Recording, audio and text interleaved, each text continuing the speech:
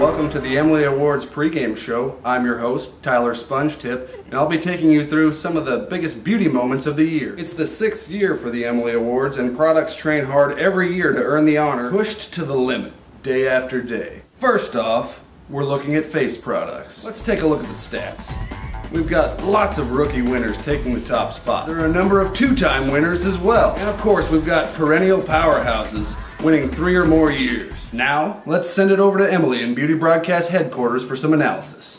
Well, thank you, Tyler, and I think a pregame show for the Emily Awards is a long time coming. Next year, hopefully, there will be tailgating too, but I'm so excited to start off this year's Emily Awards. By the way, in all of these categories, I offer a high-end and a drugstore favorite. However, as always, there seems to be a few little holes, you know, in the awards, because if I really haven't run into something over the past year that's absolutely wowed me, I won't include it in this video. So I don't like to just choose things for the sake of having a favorite in a certain category. That's the way it's always been. But I'm really excited about some of the new things I've come across in the past year. But in the category of Best Primer, we've got an old favorite returning, and it is for high-end, the Maybelline Perfect Prep Poreless Primer. This product really always kind of blows my mind whenever I use it because it combines such a luxurious texture, yet it's just so darn lightweight on your skin. It feels like nothing once you blend it out, but it really evens out the surface of your skin. And I do think it really has an impact on your pores as well. You might want to give this one a try. And for drugstore, another returning favorite, and it's the Rimmel Fix Perfect Pro. It's got a lot of claims on here to smooth, resurface, brighten, mattify, protect, but it really does a good job in making your skin feel so smooth. And do yourself a favor, once you put this primer on, go ahead and like pluck your eyebrows, give it just a little bit of time, and then just run your hands over your skin, and you're going to feel this great smoothness that your skin is developing. This is the first year that I've created 2 different categories for foundations, light coverage and full coverage. And I don't have a high-end favorite for light coverage that I've run into this year. I have tried some light coverage things, but nothing's really wowed me, as I've said. So my drugstore favorite for light coverage is the Rimmel BB Cream. If you've got really dry skin, you might want to use another moisturizer underneath this. And while this definitely isn't full coverage, I still like that it's giving your skin a little something, whereas a lot of those BB creams, it's like you spread them out and you're like, okay, it looks like there's nothing on my face. This really delivers. Now for an Emily Awards game break. You might wonder, what is a BB cream and why do we need them? I'm joined by first-time winner, Rimmel BB Cream. How do you feel about this honor? Oh, okay. Any thanks you'd like to give? All right, Emily, back to you. For the best full coverage foundation, 2-time winner, Estee Lauder Double Wear. Absolutely love this foundation for when I want to look my most flawless. This is definitely what I want to put on. I just love the finish on my skin. Even if I've got dry areas, assuming I moisturize well, have a nice primer underneath, this still looks very skin-like. Does a great job of camouflaging any discoloration you might have. It's just a fabulous foundation from the coverage standpoint. And from staying power, you look at yourself at the end of a day and it's like nothing has changed. So I absolutely love this foundation. And from the drugstore, I do have a new winner this year, and it's the CoverGirl Outlast Stay Fabulous. There are a lot of really great drugstore foundations that I think offer a lot of coverage. This is one that I feel like I can classify as pretty much a full coverage foundation. I love the pump that this bottle has also. That really makes things easier, but also it's just very easy to blend into your skin. I like to use a Sigma F80 brush with this or the Double Wear, and then once I've got it on, it really lasts. And if you're oily at all, this foundation is just really great on the T-zone. For my best high-end concealer, once again it's a tie, and it's a tie between the same 2 products that won last year, and it's 2 very different forms of concealer, but I like them both equally, but for different reasons. First off, the MAC Pro Longwear Concealer. I think it's so multi-purpose. It's really good whether you want to put this over blemishes, over your dark under eyes. I mean, I think it performs exceptionally well, even in areas where you might be dealing with some fine lines, but the coverage is so nice, and yet the finish on your skin comes off looking very natural because this is actually kind of a thin, liquidy concealer. It comes out with a pump here. A little goes a long way for very full coverage. And then my other favorite is the Bare Minerals Bisque or Summer Bisque. Well Rested is also in that family of products, but this is really great for absolute maximum coverage. coverage. If you've got something to cover that you feel like, not only do I want coverage on that, but I want it to be completely mattified and perfected, just a teeny bit of this over your under eye area can be a beautiful full coverage finish for you. It's really important not to overuse these products, but well rested would be like on the lightest end of the spectrum, really brightening. You can use this alone for good coverage, but you can put it on top of any other concealer to get absolute maximum coverage. From the drugstore, it's Pixi Correction Concentrate and Brightening Peach, particularly for your dark, bluish, or kind of ashy looking under eye circles.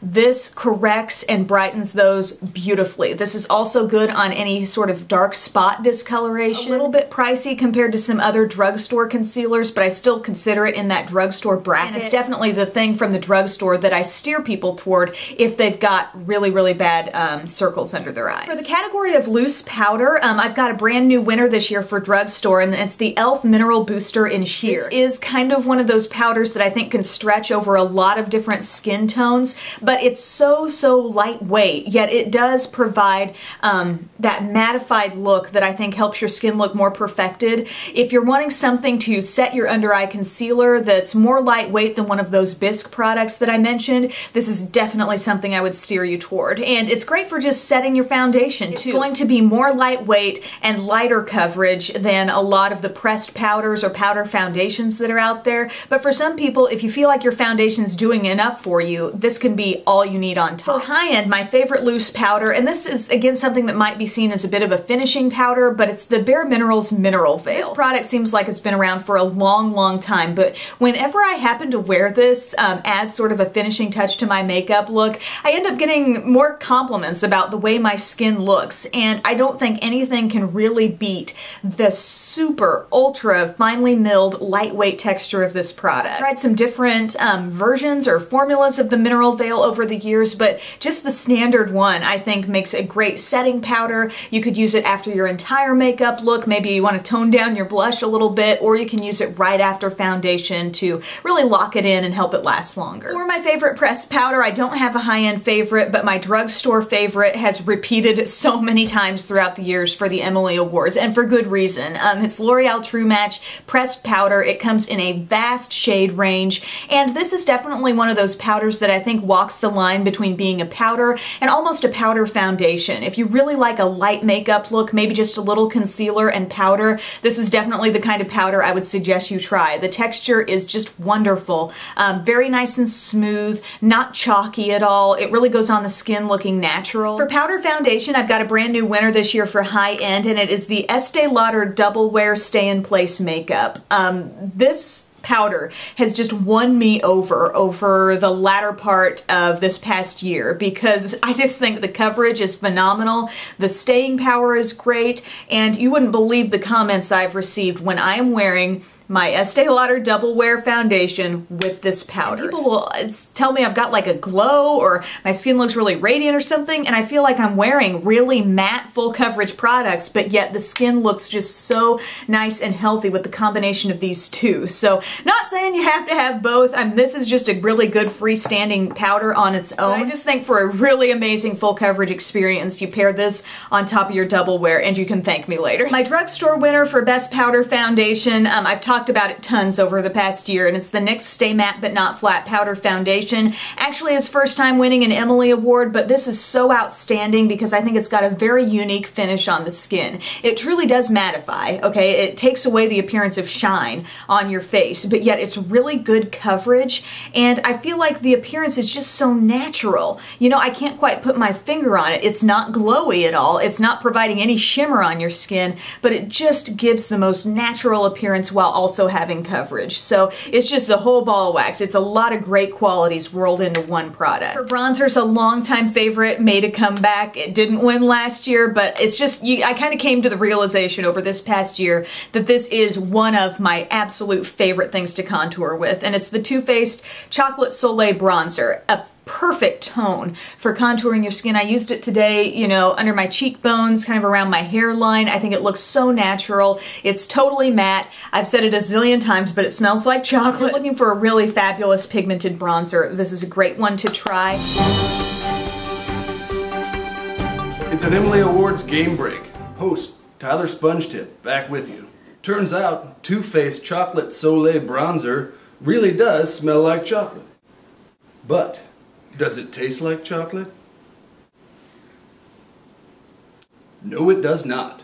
Emily? And from the drugstore, I love my Revlon PhotoReady bronzer in Bronzed and Chic. That's the only shade this comes in. And I'm a little concerned as I talk about it now because I have seen this being marked down to 75% off in different drugstores lately. You can really customize your shade if you want lighter, if you want darker. I mean, it just all depends on what part of this you want to use. You can really customize it. If you still find this in stores, stock up. Hopefully it's not the end for this bronzer because this is one of my favorite things from Revlon that I've used in the past year. The Balm is again my winner this year for high-end blush, but specifically their Instain blushes. If you haven't tried this particular kind of blush from the Balm, you will be so impressed at how a powder blush can truly stain your cheeks. I mean, it's got the blendability, the ease of application of a powder blush, but yet even just swatching this on your hand, you can see how the color really hangs on. That pigmentation is so rich and so intense that it totally binds in with your skin.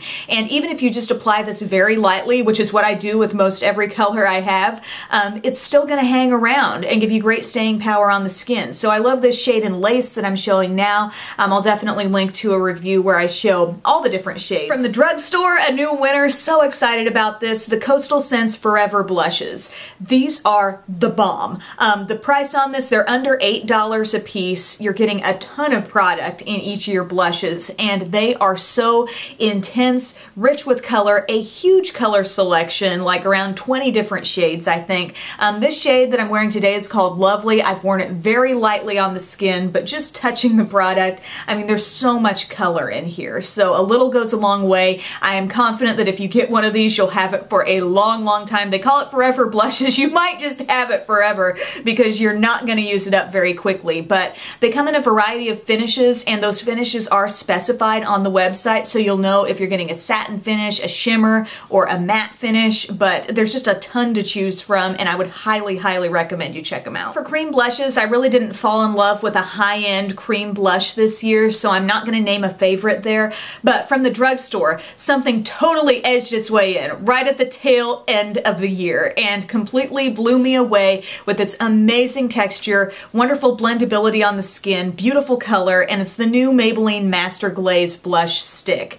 This is a superior cream blush formula to anything that I've tried from the drugstore. It's so thin and lightweight, yet so beautifully colorful. This shade that I'm showing you now is Pink Fever. Since the time that I bought this, I got an even lighter one. This is just Pinched Pink, and this is beautiful as well. A little more neutral, not quite as bright as this one. I love blending them in with my e.l.f. small stipple brush. You're gonna be amazed at how easily these blend in, and they do not change the texture of your face. They're not gonna feel sticky, dewy, anything. Now, you guys know that I've got a lot of makeup, so it's really saying something when I reach for a product almost every single day, and in the category of high-end highlight, it's totally the Laura Geller Baked French Vanilla Highlight. This is a baked product. It was totally domed at first, and now it's kind of like sloping down, but this is just a gorgeous, gorgeous highlight because it's not too shiny at all. It's got the most rich, beautiful texture. If you've tried the Wet n Wild Reserve Your Cabana, this is like that, only the texture is just even more smooth and soft, and if you're wanting any sort of coverage out of your highlight, this definitely has it. I know I've loved the Lorac Perfectly Lit in Spotlight. I think that's beautiful. This is going to give you even less shimmer than that, but I love applying it with my Sigma F35 and going right in this area, and I feel like it just perfects, it evens out, it brightens. It's just a great step to your highlighting and contouring routine. From the drugstore, I totally have a rediscovered favorite that's come back for me, and it's the Physicians Formula Happy Booster in Translucent. See how it's got this kind of mix of champagne and beige and even pink colors, and this is really great for a highlight that's not going to be too shimmery. It's definitely a little more shimmery and a little more like pinky toned color to it than the Laura Geller that I just mentioned, but sometimes I'll use these two highlights in conjunction with one another. I'll just tap my brush, especially in that little light colored heart there, and then I'll just kind of put this right on the apple of my cheeks for a little extra glow. I think it's beautiful without going over the top. If you want to experiment with a highlight that's just going to give you a very subtle amount of glow but with no glitter, this is great. I've sort of redefined a category in the Emily Awards, and I'm calling it mattifier slash touch-up type product. And the thing that definitely is a clear winner in this category for me, no pun intended because the product is clear, but it's the Mally Evercolor Poreless Face Defender. This is one of the most unique products that I own in that it's able to mattify your skin, not add any additional look of product, but yet make your skin look so perfected. And the product is just totally clear. CoverGirl came out with something similar, but it was not the same because it was actually a little more goopy. It's not totally solid like this one is. With this product, you pick up just the amount you need, and you can totally mattify your skin. If I were really greasy, we'd have a great before and after here. But this is definitely a fantastic touch-up tool that I've loved for several years now, and I'll continue to use. From linebackers to defensive ends, playing good D is important. Turns out, there's a face defender in the beauty world. It's by Mally, and it's playing good D on your face every day if you want it to. Defending against the elements, oil, and cats.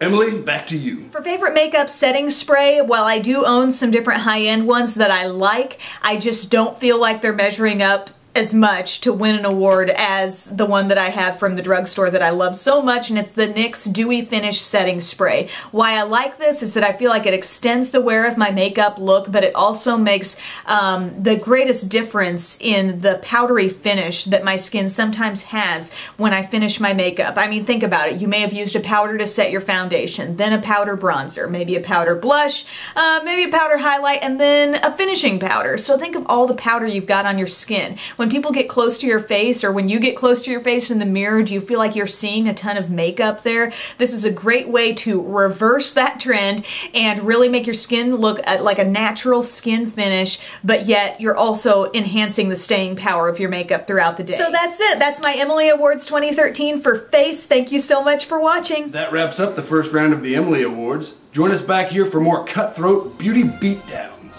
The next category is eyes. I'm Tyler Sponge Tip, and until next time, you stay glossy, beauty broadcasters.